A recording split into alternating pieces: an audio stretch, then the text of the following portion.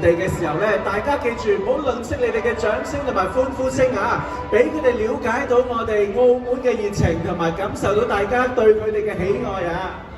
咁我哋咧再預告一下俾大家知啦，我哋今年係有嚟自15個國家同埋地區，合共23隊嘅藝團咧嚟到澳門參與大巡遊，連同咧近60隊嘅本澳團隊參演嘅人數啊，達到1800人咁多啊！冇錯啦，係非常之多嘅朋友咧會參與我哋今次嘅呢一個大巡遊啊！咁其實除咗我哋呢一個站點之外咧，我哋喺議事亭前地咧都會有一個得嘅喎。我哋見到咧後面仲有幾位嚟自金沙中國有限公司嘅朋友，咁佢哋咧以倫敦人嘅為主題嘅人物啦，我哋見到佢哋一啲倫敦嘅皇家衛兵同埋守衛嚟㗎，佢哋亦都非常之有活力㗎。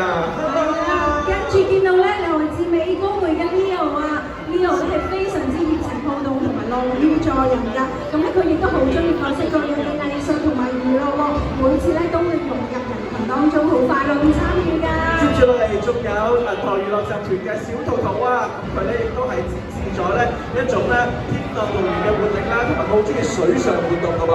好，跟住係永利度假村澳門股份有限公司嘅關愛大使永永同莉莉，佢哋係一對熊貓兄妹嚟㗎。接住落嚟仲有新濠博雅娛樂嘅。我哋一眾人一齊埋一齊影分相先。喺我哋葡萄牙青春節就貓擊隊嘅熱情嘅貓擊幕下面咧，我哋見到我哋一眾嘅場物啊，咁咧大家亦都可以將我哋嘅目光留喺我哋嘅葡萄牙嘅舞台入邊。